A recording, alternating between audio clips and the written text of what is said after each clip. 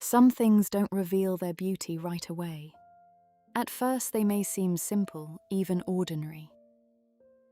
But spend a little more time with them, and you begin to see what you missed at first. This is Shibui, a Japanese concept that describes a subtle, understated kind of beauty. Shibui didn't originally describe beauty. The word originally referred to an astringent quality, like the dry, puckering sensation you might experience from biting into an unripe persimmon or drinking certain teas. It's different from bitterness. Astringency is more of a dry sensation you feel in the mouth. But over time, the word shibui took on a broader meaning. It came to describe things that were subdued rather than showy, subtle rather than obvious, and simple yet rich in character. A word once associated with astringency became a way of describing a certain kind of understated beauty. The word shibui is still commonly used in everyday Japanese. It can describe a person, an object, a color, or even a choice that feels subtle, tasteful, and quietly sophisticated. There is often a sense of maturity to it, something that doesn't rely on novelty or obvious beauty to make an impression. It suggests a kind of depth and character that isn't immediately apparent. That same quality carries into art and design. Shibui isn't about making something as plain as possible, and it isn't simply another word for minimalism. There isn't a strict set of rules, but certain qualities appear again and again. One is color.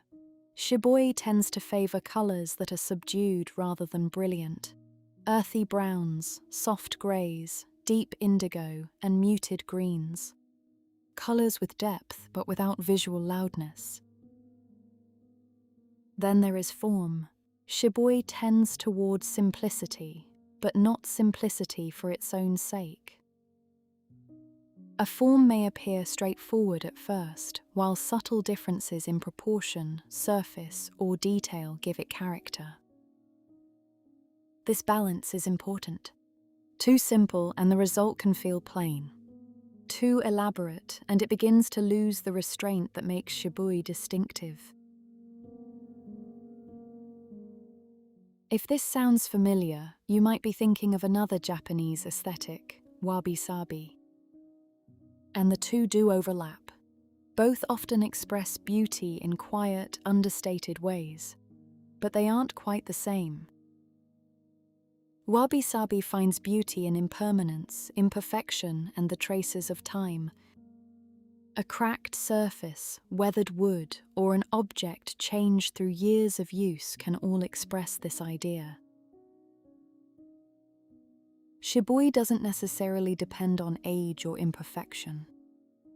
Something can be new, precise, and carefully made and still feel shibui. But age can deepen its character. Think of a handcrafted object that changes through use. Its colors may soften, its textures may become richer, and it can develop a depth and character that wasn't there before.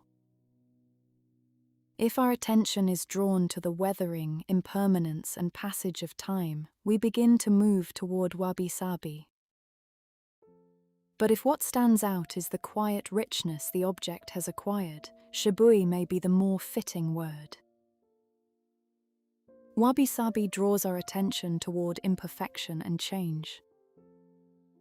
Shibui is more about an understated richness, a beauty that doesn't need to make itself obvious.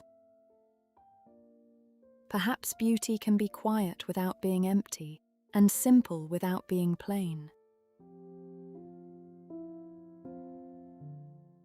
If you'd like to explore further, Tezawari looks more deeply at material, texture, and touch in Japanese aesthetics. You can find it in the description.